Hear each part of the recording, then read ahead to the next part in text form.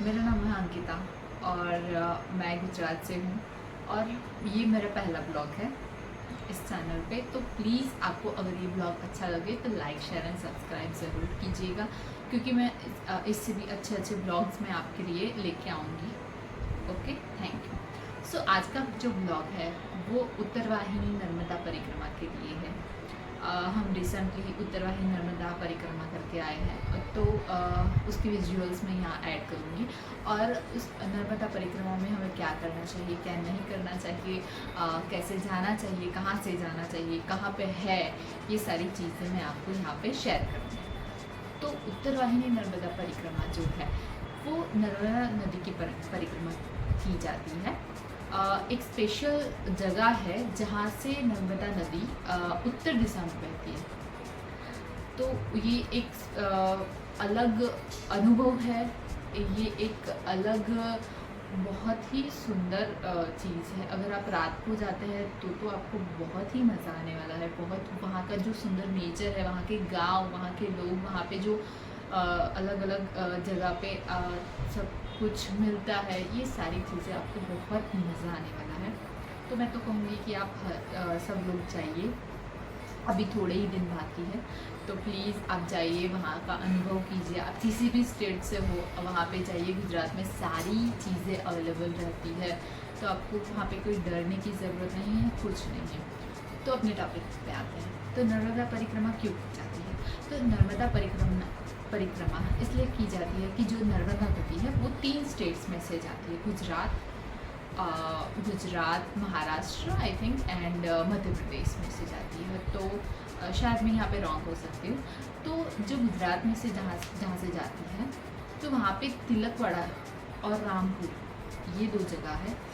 इस एरिया के बीच में नर्मदा नदी उत्तर दिशा में बहती है, इसलिए उन्हें उत्तरवाहिनी नर्मदा परिक्रमा कहते हैं। जो भी ये परिक्रमा करते हैं उसे उत्तरवाहिनी नर्मदा परिक्रमा कहते हैं। माना जाता है कि ये इसका पुण्य बहुत होता है, इसका पुण्य सबसे ज़्यादा होता है। ऐसा कहते हैं कि गंगा नदी में नहाने से भी ज़्यादा पुण्य नर्मदा नदी की परिक्रमा करने से मिलता है। सो ये तो अपना पहला पॉइंट हो गया। दूसरा पॉइंट है कि ये जगह आई कहाँ है। तो जो तिलकवाड़ा जगह है वो डभोई जो है वहाँ से नज़दीक है। तो आपको वडोदरा से बहुत सारे व्हीकल्स मिल जाएंगे। बहुत सारे लोग जाते हैं वडोदरा, सोमा तालाब से जाते हैं, कपुराई से जाते हैं। तो आप अगर दूसरे कोई स्टेट से है या फिर वडोदरा से ही हो या फिर आजू बाजू के कोई अहमदाबाद या ऐसे कोई शहर से हैं, तो भी आपको इजीली सारा सर्विस प्रोवाइड हो जाता है।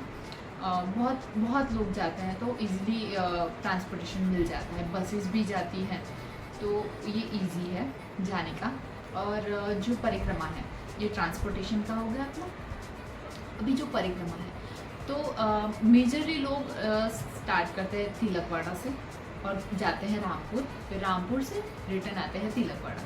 और कुछ लोग हैं जो रामपुर से स्टार्ट करते हैं और आते हैं तिलकवाड़ा। तो मेजोरिटी पब्लिक जो है वो तिलकवाड़ा से ही स्टार्ट करती है, तो आप भी ऐसा ही कीजिएगा। तिलकवाड़ा से स्टार्ट करके रामपुर तक जाइएगा और रामपुर से फिर तिलकवाड़ा।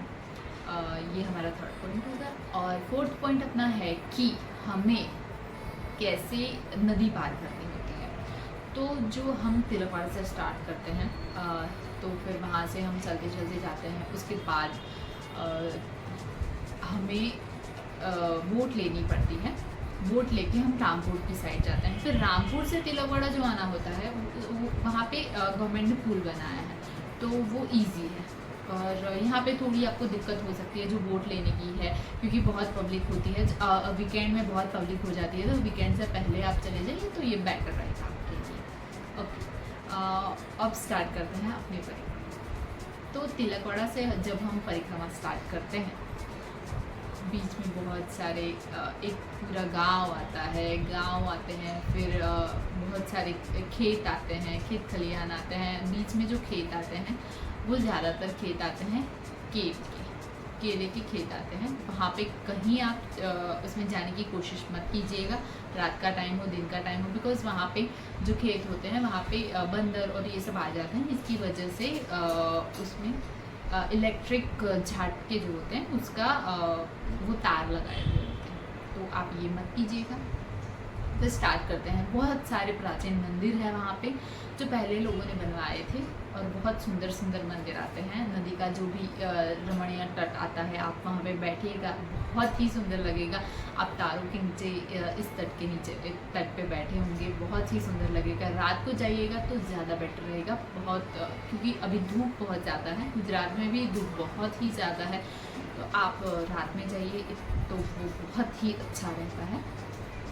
उसके बाद हम आते हैं कि हम रामपुर जहाँ जाते हैं वहाँ पे श्री कृष्ण जी का एक मंदिर है, वहाँ पे आप दर्शन कीजिएगा। नर्मदा माता के दर्शन कीजिएगा, उनका भी मंदिर है। बहुत सारे शिव मंदिर हैं, उनके भी दर्शन कीजिएगा। धीरे धीरे आप जा सकते हैं। तो अपना अगला पॉइंट है कि खाना क्या ले जाएँ। खाना कुछ मत ले जाइए, बिकॉज यहाँ पे बहुत सारे लोग चाय, नाश्ता, खाना, भंडारे सब चलते हैं, सब सेवा देने के लिए रेडी होते हैं। बहुत, अगर आप उपवास भी है, अगर ऐसा कोई दिन है, जैसे कि हम गए थे तब पूनम थी, तो वो भी लोग दे रहे थे कि आप जो फास्ट में खा सके उसका भी खाना लोग दे रहे थे। तो ये भी बहुत अच्छी चीज़ है कि ये चीज़ भी मिल जाती है। तो आप खाना कुछ मत ले जाइए। अगर आपको वहाँ पे नहाना है नर्मदा परिक्रमा पूर्ण होने के बाद, तो आप एक जोड़ी अपने क्लोथ्स लेके जाइए, और फिर वहाँ पे जब आपकी परिक्रमा कंप्लीट होगी तो वहाँ पे नहाने के लिए अवेलेबिलिटी है, तो आप वहाँ पे नहा सकते हैं और फिर आपकी परिक्रमा कंप्लीट कर सकते हैं। बीच में एक दो ऐसे आश्रम भी आते हैं जहाँ पे आप रेस्ट करना हो रेस्ट कर सकते हैं। बहुत सारी जगह ऐसे भी आती है जहाँ पे लोग आपको बैठने देंगे, रेस्ट करने के लिए भी जगह है। नाश्ता तो बहुत सारी जगह पे लोग चाय और नाश्ता दे रहे होते हैं, रात को भी दे रहे होते हैं। हर 1-2 किलोमीटर पे आपको मिल जाएगा कि कोई ना कोई कुछ ना कुछ सेवा दे ही रहा होता है। तो ये बहुत अच्छा अनुभव है, मैंने खुद किया है। मेरे को था कि मैं नहीं कर पाऊँगी, मैं नहीं चल पाऊँगी, क्योंकि 20 to 21 किलोमीटर्स रहता है, तो मुझे था कि मैं नहीं कर पाऊँगी, बट मैंने कर दिया। और मेरे साथ जो भी थे वो 60 से भी ऊपर ईयर्स के थे, सबने किया। बैठते बैठते गए थोड़ा, पर बहुत मज़ा आया, क्योंकि वो जो सुंदर सी रात थी। एक तो हम फुल मून के टाइम गए थे, तो बहुत ही अच्छा लग रहा था।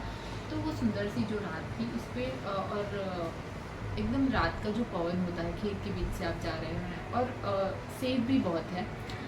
सभी जगह पे लोग जा रहे होते हैं, तो ऐसा भी कोई जगह नहीं है जहाँ पे आपको अकेले ऐसे जाना पड़ेगा, या फिर वुमेंस के लिए भी सेफ़ है, जेंट्स के लिए, सबके लिए सेफ़ है, बच्चों के लिए भी सेफ़ है। तो ऐसा कुछ नहीं है कि आपको यहाँ पे कोई डरने की ज़रूरत है। कुछ लोग तो अकेले कर रहे थे, कुछ अलग स्टेट से भी थे। मैंने 4-5 लोगों से पूछा, तो कोई महाराष्ट्र से था, कोई राजस्थान से था, तो बहुत सारे अलग अलग गुजरात के नियर बाई स्टेट से लोग थे। तो ये बहुत ही सुंदर अनुभव है, आप कीजिएगा।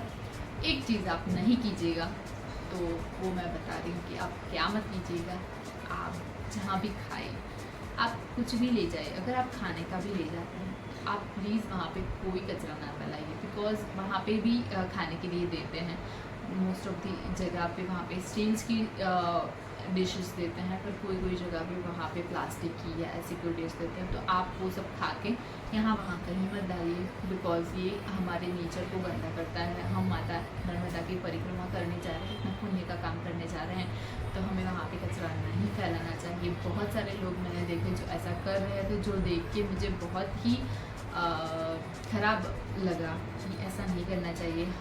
ये जगह हमारी नहीं है, ये पृथ्वी हमारी नहीं है, हम यहाँ पे सिर्फ करने आए हैं, और हमें इसे बहुत अच्छी तरह से रखना चाहिए। हमें इसे बहुत अच्छी तरह से पालन करना चाहिए। और ये खेत जहाँ से हम जा रहे हैं वो हमारे नहीं है, हमें इस कचरा नहीं फैलाना चाहिए। तो ये सारी चीज़ें हमें नहीं करनी चाहिए। सो आगे देखिए कि मेरी परिक्रमा कैसी रही, और बहुत शॉर्ट वीडियो है, तो like share and subscribe guys. Thank you so much.